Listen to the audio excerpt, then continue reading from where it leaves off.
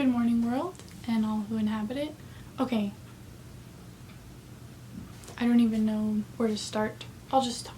The world is the way it is right now. I'll talk about what's been going on with me. I kept saying that I was gonna come back, and it's not like I didn't want to or mean to. I just am having a hard time finding motivation to do anything that I'm passionate about, especially this. And through the past couple of years, this has probably been one of the only things that I'm proud of, in the sense that I feel like it's something that I came out of me 100%. No one can take credit for it. It's purely my project and that I created it. So that's why it's probably one of the only things that I've done in the past couple years that I'm proud of is my channel. Even though it has no views, I rarely upload, and it's a mess. There's just no structure, there's no theme, no nothing. It's just me just making videos. As lame as that sounds, it's also why I'm proud of it, because it's my thing. I dove in pretty strong 2018. I was doing a vlogmas, and I was just really focused on making this happen, and I had just gotten out of this long on and off again thing, and I had just gotten out of it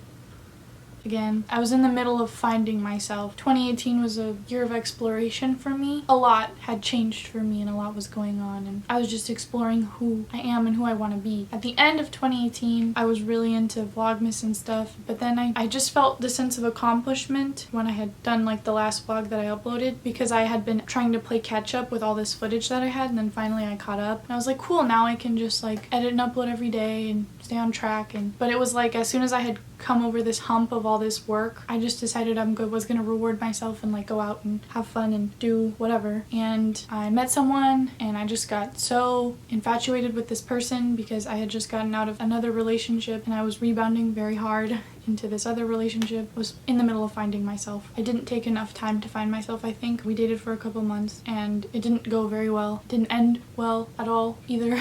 But it was a learning experience for me, but it was also a distraction because at the time I was just diving into whatever was right in front of me. I would just go headfirst into it. I was running away from a lot of the problems that I had created over the past 5 or 6 years. Finally, when that relationship ended, the beginning of 2019, last year, I had to get my together. I realized that I'd been living with my parents for a year, which was not at all what I had planned. None of what's going on in my life was at all planned, and I just realized that I really needed to get it together and get a new game plan. I really just focused on me and working a lot so I could get myself out of debt. So I was just really focused on my finances and also just reconnecting with friendships and doing a lot of introspection and deep thinking, and this is how I always think about it. If 2018 was my big party time, I was just out there living life. 2019 was the hangover, and I just had all the repercussions of all the mistakes that I had made for years prior. I just stopped running from them and I let them all hit me. It was really hard on me. Last summer was really tough for me mentally. I was really going through a lot. I was all over the place, but slowly I was picking up the pieces. It was hard for me to feel like that was what was happening, but that was what was happening. It's very painful, the process of putting your life back together. It's not always easy. In fact,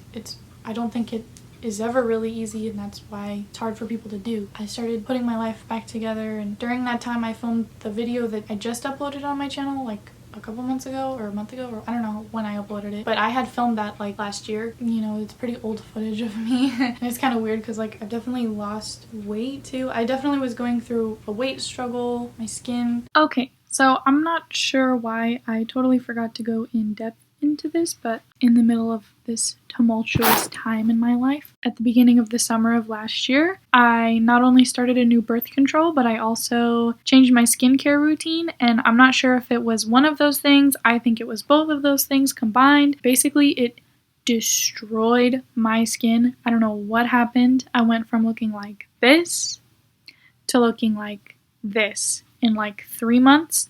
I don't really know what was going on. I was freaking out. I basically stopped using most of the products that I was using that I had switched to, and I just went back to a basic salicylic acid face wash. I almost quit my birth control because I'm pretty sure a lot of it was just the hormonal changes, and my gynecologist told me it was going to clear my skin up, not do that. When I went to see a dermatologist, and that dermatologist almost put me on Accutane, basically that dermatologist told me that it's actually pretty normal for this to happen, for flare-ups in the first couple of months of this birth control that I'm on, which is the implant in my arm. So that kind of sucks, but it definitely went away, and it did only last a couple of months, so it was not permanent by any means. I almost got on Accutane, but my insurance didn't cover it, and I'm kind of glad I didn't get on Accutane, because if I was in the middle of an Accutane treatment during this current world event that we're going through, I don't know how that would have gone. So I guess it was kind of fortunate that my insurance didn't cover it and I didn't end up on Accutane. I still might take Accutane. I don't know, because this is what my skin looks like now. It's on and off. Some days it looks better, some days it looks worse, but obviously a huge improvement. Yeah, it was really hard for me to record videos. I think I did record like one vlog, and I just looked at the footage and I just couldn't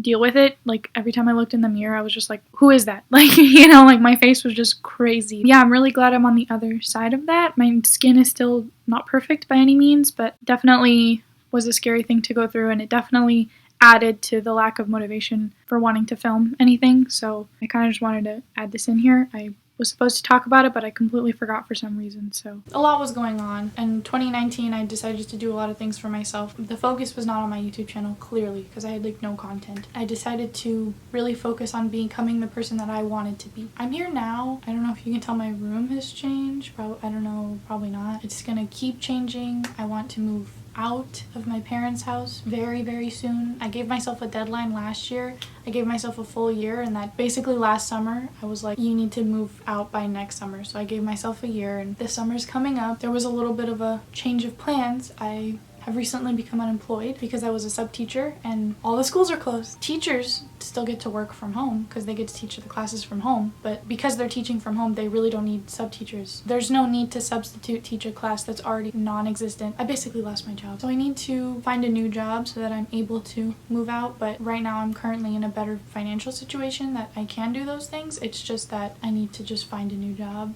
and then I can continue with the plans. For me, it was kind of a big wake-up call. You know, I put a pause on YouTube last year to figure out what I wanted to do, and I've never stopped wanting to do this. Like that passion and that feeling that I've had when I started this channel is still there. It's just hard for me. I struggle a lot with my mental health, and especially when it comes to current events that are going on, I struggle a lot with like anxiety. I've always been prone to washing my hands a lot and constantly feeling like everything's dirty, or a lot of germophobia. When all this started, I kind of started to get a little bit of agoraphobia. I think that's what it's called. Yeah, so I developed a little bit of agoraphobia because just leaving the house was really hard because I constantly felt like I was gonna get the thing, Voldemort. I just kept feeling like I was gonna catch it every time I left the house. It's just been brutal. I'm already prone to being anxious and having a hard time coping with things, and so as much as it's helpful to be extra cautious and warn people and let everybody know how dangerous and scary the situation is, it's super, super triggering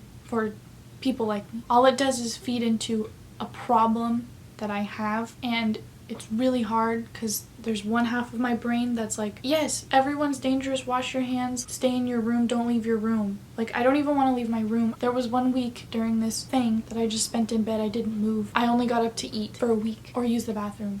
Like, that's it. I wasn't showering, I wasn't brushing my teeth, I wasn't doing anything. I just was like so depressed. I get depressed being in bed, but the reason I'm in bed is because I'm so crippled by this anxiety that if I get up and I touch the wrong thing or do the wrong thing, that I'm going to get a disease and hurt everyone around me. It's horrible. I don't wish it on anybody. And I don't think that that's a topic of conversation that's coming up enough, that people like me who struggle with anxiety are having a hard time coping with this situation. And I definitely am. All of that is to explain why I'm here right now and why I couldn't just like film like a fun video. I don't know, I just wasn't feeling that great today, but I feel the need to film and be productive because I haven't been that productive, but I'm trying to be a normal person and get back to being normal. I'm trying to leave the house, even if it's just to go for a walk. I know we're supposed to be social distancing and quarantining, and I am, but I need to leave my room, and sometimes I need to go outside. Sometimes I get in my car and I go pick up some fast food, or I go for a walk. Whatever it means to leave the house, that's what I have to do. I have to find a reason to get up out of bed, put my makeup on, put some clothes on. I'm not wearing clothes right now, but I have been,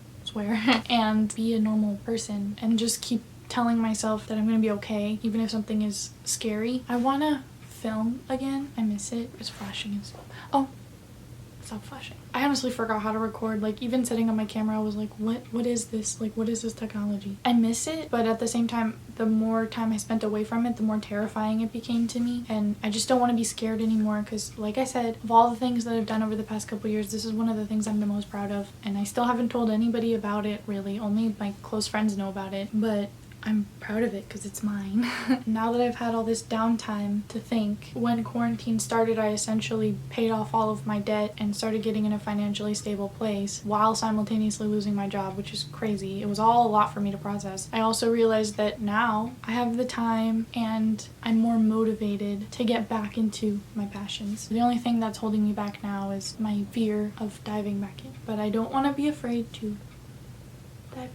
I just kind of wanted to talk about this. I want to do something fun next time, but I don't know, it's hard, and I just kind of want to say I do want to be consistent, but it's hard for me because I'm still figuring out what exactly my idea of normal is gonna be. I'm trying to make a life for myself, and it's a slow process, but I'm getting there. This is definitely gonna be a part of it for me. It's just to what capacity and how much, I'm not sure right now. What I want in the future is that I do stuff like this all the time and I make a living doing things that I love, but I'm not making a living doing the things that I love at the moment. So I have to figure out how the things that I love are going to fit into my life right now. I think there's room for them, obviously. I just have a hard time being motivated to do anything, including my passions, and it's very sad. So I'm trying to make it work. I don't know. I just miss making videos. I feel bad just coming in like talking at a camera, but it's like this is kind of like a video diary for me, and you know, maybe that's not interesting for people to watch, but it's interesting for me to watch other people and their like experiences and video diaries. So